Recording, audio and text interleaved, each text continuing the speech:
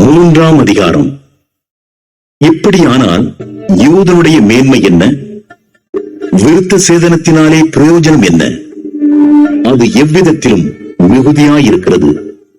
தேவனுடைய வாக்கியங்கள் அவர்களிடத்தில் ஒப்புவிக்கப்பட்டது விசேஷித்த மேன்மையாமே. சிலர் விசுவாசியாமற் போனாலும் என்ன? அவர்களுடைய அவிசுவாசம் தேவனுடைய உண்மையை அவமாக்குமோ? அப்படியாக்க மாட்டாது.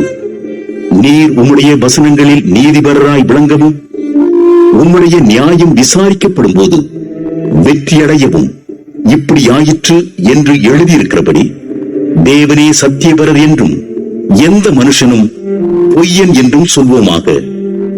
நான் மனுஷர் பேசுகிற பிரகாரமாய் பேசுகிறேன். நம்முடைய அநீதி தேவனுடைய நீதியை விளங்க பண்ணினால் என்ன சொல்லுவோம்? கோபாக்கினையை செலுத்துகிற தேவன் அநீதராயிருக்கிறார் என்று சொல்லலாமா? அப்படி சொல்லக்கூடாது. சொல்லக்கூடுமானால் தேவன் உலகத்தை நியாயம் தீர்ப்பது எப்படி? அன்றியும் என் பொய்யினாலே தேவனுடைய சத்தியம் அவருக்கு மகிமையுண்டாக விளங்கிறதுண்டானால் இனி நான் பாவி என்று தீர்க்கப்படுவானே? நன்மை வரும்படிக்கு தீமை செய்வோமாக என்றும் சொல்லலாம் அல்லவா? நாங்கள் அப்படி போதிக்கிறவர்கள் என்றும் சிலர் எங்களை தூஷித்து சொல்லுகிறார்களே, அப்படி போதிக்கிறவர்கள் மேல் வரும் ஆக்கினை நீதியாயிருக்கும். ஆனாலும் என்ன, அவர்களை பார்க்கிலும் நாங்கள் விசேஷித்தவர்களா? எவ்வளவேனும் விசேஷித்தவர்கள் அல்ல. யூதர் கிரேக்கர் யாவரும் பாவத்திற்குட்பட்டவர்கள் என்பதை முன்பு திருஷ்டாந்தப்படுத்தினோமே.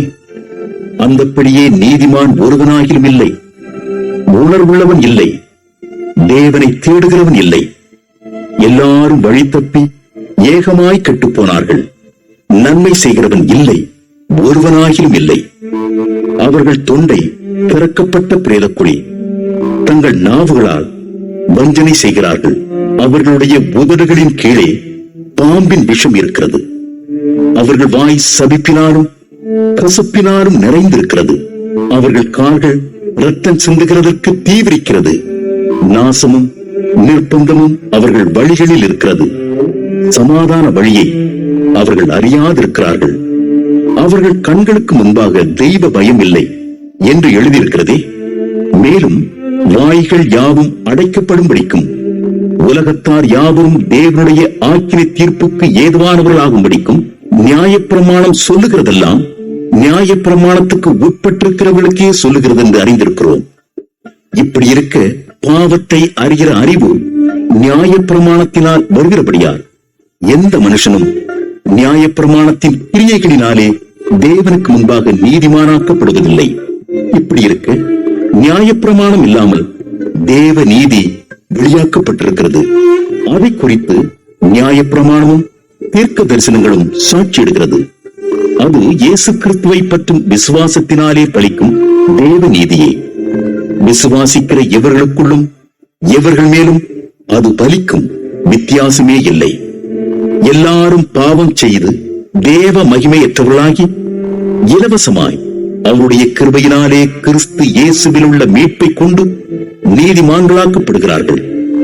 தேவன் பொறுமையாயிருந்த முற்காலத்தில் நடந்த பாவங்களை தாம் பொறுத்துக் கொண்டதை குறித்து தம்முடைய நீதியை காண்பிக்கும் பொருட்டாகவும், தாம் நீதி உள்ளவரும் இயேசுவினிடத்தில் விசுவாசமாயிருக்கிறவனை நீதிமானாக்குகிறவருமாய் விளங்கும்படி இக்காலத்திலே தமது நீதியை காண்பிக்கும் பொருட்டாகவும், கிறிஸ்து இயேசுவினுடைய இரத்தத்தை பற்றும் விசுவாசத்தினாலே பலிக்கும் கிருபாதார பலியாக அவரையே ஏற்படுத்தினார்.